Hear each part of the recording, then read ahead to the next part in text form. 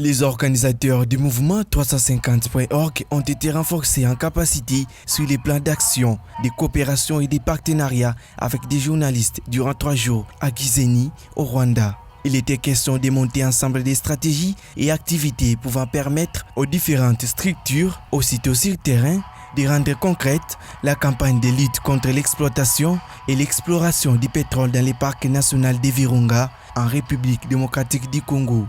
On s'est fixé un objectif d'atteindre 10 000 signatures et actuellement nous sommes à 9 600 signatures récoltées pour justement appeler l'État congolais à respecter la loi, spécifiquement la loi 14 en son article 22 qui lutte contre toutes les menaces et toutes les tentatives susceptibles d'altérer la qualité, l'aspect et aussi la composition des aires protégées pour des fins de conservation, de protection de la biodiversité et de maintien du monument national.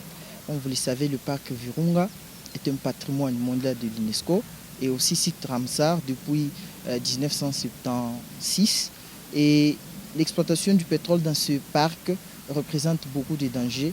L'exploitation du pétrole dans ce parc met en péril la population. Les formateurs ont instruit ces différents membres venus de la RDC, de la République du Mali, de l'Afrique du Sud, de l'Éthiopie et autres sur les rôles qu'ils sont censés jouer dans la sensibilisation sur les méfaits liés à cette exploitation au niveau du monde en général et de la RDC en particulier.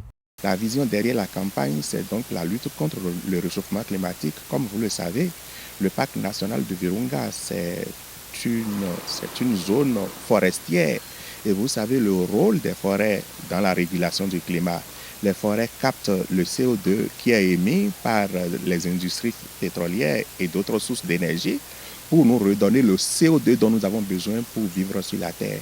Donc voilà l'essentiel autour duquel s'organise la campagne Fossile Free Virunga qui met l'accent sur les communautés, qui met l'accent sur le respect des lois qui ont été donc adoptées et votées par la République démocratique du Congo et qui met l'accent également sur les accords internationaux qui ont été pris. Vous savez que le Congo fait partie donc de l'accord de Paris qui a été signé en 2015 par près de 195 États pour lutter contre le réchauffement climatique. Les participants n'ont pas caché leur satisfaction. Pour eux, les connaissances acquises leur seront utiles dans l'agir pour un environnement sain ainsi que sur d'autres questions et défis de l'heure à relever.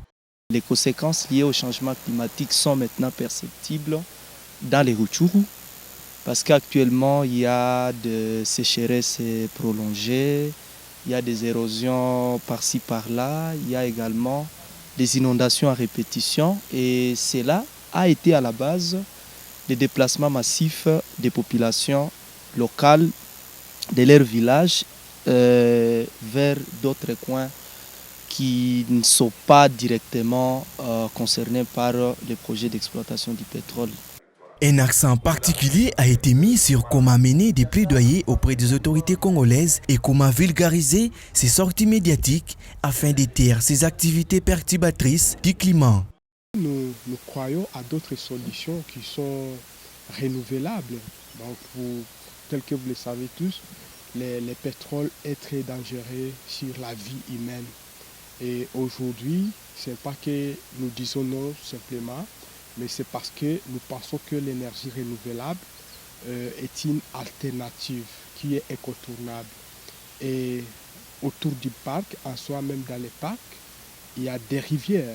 Il y a des rivières qui peuvent nous être utiles pour les énergies renouvelables, les énergies qui ne causent pas du tort aux aires protégées, qui ne causent pas du tort particulièrement au parc de Virunga. Il a été démontré au cours de ces échanges que pour bâtir un partenariat efficace dans l'action climatique, il existe des principes directeurs qui orientent les actions à mener sur le terrain. Il s'agit notamment de l'universalité, la cohérence, la transparence, l'usage du bon message, le travail virtuel, la clarté dans les messages à véhiculer, la précision ainsi que la nouveauté dans les apparitions médiatiques.